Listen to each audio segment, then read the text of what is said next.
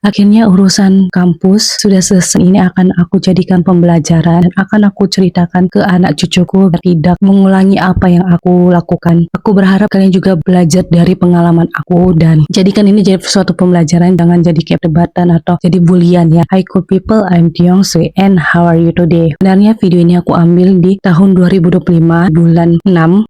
Aku adalah seorang mahasiswa S2 di salah satu kampus yang ada di Solo. Mungkin kalau kalian lihat di gambar ini kalian akan tahu kampus mana karena ada sedikit kayak bocoran-bocoran gitu. Sebenarnya aku sudah dikasih kayak dosbing itu di semester berapa? Aku lupa, semester 3 atau semester 4. Sebenarnya aku harusnya itu bimbingan terus itu di semester 4. Aku cuma sekali ketemu dosen, aku tidak ketemu lagi selama hampir 1 semester karena aku belum menemukan topiknya. Aku ketemu dosen karena anak bimbingannya yang lain itu sudah mendapatkan judul dan sudah kayak ke bab 1 atau bab 2. Aku akhirnya takut untuk maju dosen, akhirnya aku tunda dan kutunda. Itu tidak baik ya teman-teman. Bisa diselesaikan kalau misalnya kalian belum dapat judul, kalau kalian misalnya bingung dan lain sebagainya, ya cerita aja ke dosen pembimbing karena itu sebenarnya gunanya dosen pembimbing. Itu di bulan 6 akhir kalau nggak salah itu mau 7 awal, aku chat dosen pembimbing lamaku, wah aku pengen bimbingan sama dia karena aku nyerah dengan diri sendiri karena aku tidak menemukan judul dan aku semakin mencari semakin bingung. Akhirnya aku menyerah dan akhirnya aku kayak chat ke dosennya. Ternyata dosennya itu udah melemparkan aku ke kaprodi untuk kayak pergantian dosen. Nah, alasan dari dosennya itu adalah beda jurusan. Ya, aku adalah mahasiswi jurusan manajemen, sedangkan dosen pembimbing aku itu adalah akuntansi. Aku nggak tahu ya kalau urusan beda-beda kayak gitu, nggak tahu. Cuman aku dapat kabar dari dosen aku. Kemudian besoknya itu aku cek ke admin dan lain sebagainya untuk mau mengurus pergantian dosen. Dan karena adminnya agak lama ngechat, akhirnya aku datang ke kampus dan aku beritahu semuanya ke admin dan admin bilang kenapa ganti, apa alasannya dan sebagainya. Aku udah ceritakan apa yang dibilang dosenku dan akhirnya aku ngaku aku lama nggak bimbingan karena aku takut bimbingan karena anak pembimbing yang lainnya itu sudah menemukan judul dan sudah memulai tesisnya sedangkan aku masih nol gitu. Terus adminnya bilang gini, apa karena dosennya mau pensiun ya? Terus aku bilang aku nggak tahu. Akhirnya aku disuruh ke kaprodi dan aku ceritakan semua. Dan akhirnya aku tahu karena kalau dosennya itu mau pensiun di semester ini, dia akan ngajar di semester depan, tetap ngajar tapi sebagai dosen tidak tetap dosen LB. Jadi dia tidak akan megang bimbingan lagi. Ya aku ya udahlah ya gitu. Akhirnya aku ganti dosen. Kalau dibilang dosennya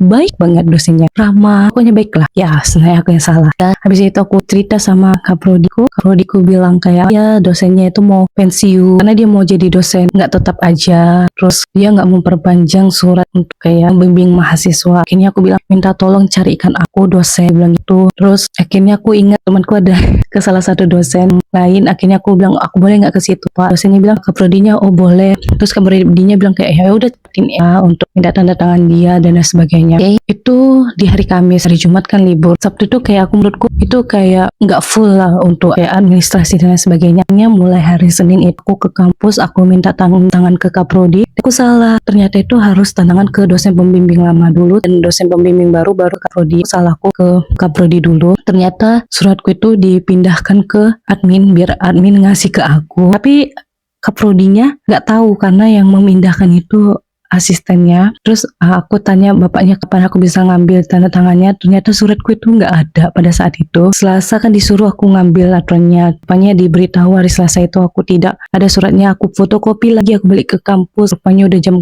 pulang, akhirnya aku nggak jadi. Hari Rabunya itu kampus balik, aku tanya sama admin, Pak aku ceritakan lagi, terus dibilang ya ini surat kamu. Terus bilang kayak kenapa kamu langsung tanda tangan ke kaprodi kalau nggak ke dosen dulu. Terus aku bilang kayak aku tidak tahu pak, aku bilang gitu. Aku kira kaprodi dulu, aku takut salah dan lain sebagainya. Oh ke dosen dulu. Akhirnya aku ngechat dosen pembimbing lama dan baru karena dosen pembimbing lama yang langsung chat. Terus aku ke sana, aku tunggu dan kebetulan dia lagi nguji ya. Jadi aku tunggu beliau, aku chat kayak Bu boleh nggak masuk dan lain sebagainya. Boleh masuk, aku tanda tangan. Terus dibilangnya gini, kenapa nggak nemui saya, kenapa lama nggak bimbingan sama saya. Terus akhirnya aku ceritakan balik, aku minta maaf, aku betul-betul minta maaf. Terus ibunya bilang ya udah nggak apa-apa, nanti sama dosen bimbing barunya jangan kayak gitu ya, katanya gitu. Iya Bu, begitu. Terus dia bilang ya waktumu usahakan semester ini udah lulus, udah masuklah sempro gitu. Ya Bu. udah nggak ada waktu main-main lagi, udah nggak ada waktu hangout lagi dan lain sebagainya. Aku tetap mendukungmu. Apa ya, ibunya itu masih mengizinkan aku bimbingan sama dia, tapi bukan atas dasar kayak aku anak bimbingnya, tapi hanya untuk bertukar pikiran. Ibunya masih mau, dan aku bilang, iya Bu, kalau kamu butuh bantuan saya silakan. Katanya, iya Bu, makasih ya Bu untuk sama ini, maafkan saya. Aku bilang gitu. Aduh, aku jadi mau nangis. Habis itu aku nunggu selama 1 jam atau 2 jam dosen pembimbing baru kini. Ya jujur bapaknya itu sibuk, yang namanya dosen sibuk lah, dan dia jarang balas chat. Akhirnya pas waktu makan siang dia balas dan disuruh aku besok ketemu dia. Akhirnya aku pulang ke rumah. Habis itu aku besoknya datang ke kampus, terus aku nunggu dia karena dia yang nguji juga.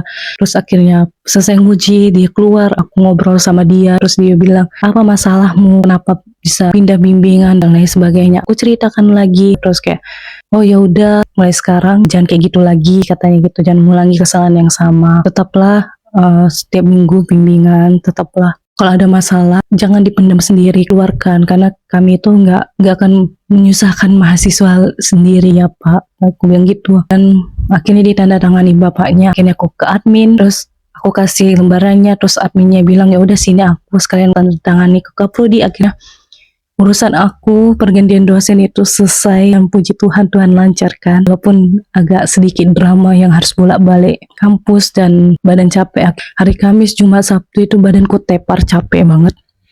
Tapi aku puji Tuhan, kayak Tuhan baik sama aku. Tuhan masih beri kesempatan sama aku. Dia bilang sama aku kayak, oke, aku berikan kesempatan samamu, jangan ngulangi lagi dan lain sebagainya. Ya walaupun sebenarnya kita ngulangi kayak kesalahannya itu sama, tapi Tuhan masih baik. Cuman ya kalau soal dosen dan mengurusnya kayak gini, seribet ini, menurutku secapek ini, aku kayak enggak deh, makasih Tuhan memberkati, aku cukup ini sekali aja. Dan bapaknya itu sebenarnya sudah mau pensiun, aku nggak tahu kapan, atau sudah pensiun juga aku nggak tahu. Cuma beliau masih ada SK untuk ngebimbing mahasiswa atau mahasiswi selama setahun sampai Mei 2026. Jadi dibilang kaprodiku adalah aku harus selesai sebelum Mei 2026 biar pas bapak itu pensiun aku sudah selesai dan gak harus ganti dosen lagi, ganti judul lagi dan lain sebagainya. Jadi itulah pelajaran yang bisa didapat. Kalau dibilang ibunya cerewet ke apa enggak, ibunya baik, ibunya tidak memakan orang, ibunya baik banget, lembut, kayak ngomong. Cuman memang dasarnya aku takut ya, karena aku lihat semua orang sudah ada progres, aku nggak ada progres, jadi aku kayak mendem sendiri, aku tidak cerita sama dosennya dan lain sebagainya. Sebenarnya anak bimbingan ibu itu bukan hanya dari manajemen aja atau akuntansi, misalnya yang pasca sarjana, juga yang S1, ada juga yang S1, ada juga yang S2, ada juga yang manajemen, tapi itu beragam gitu. Dan mungkin memang udah jadwalnya ibunya akan pensiun di semester ini, jadi yang ibunya bilang kayak aku harus lulus semester ini, maksudnya itu aku harus lulus semester depan sebelum bulan 12. Ya aku akan usahain sih, tapi aku ya minimal simpro dulu, aku tamatin dan lakuin gitu.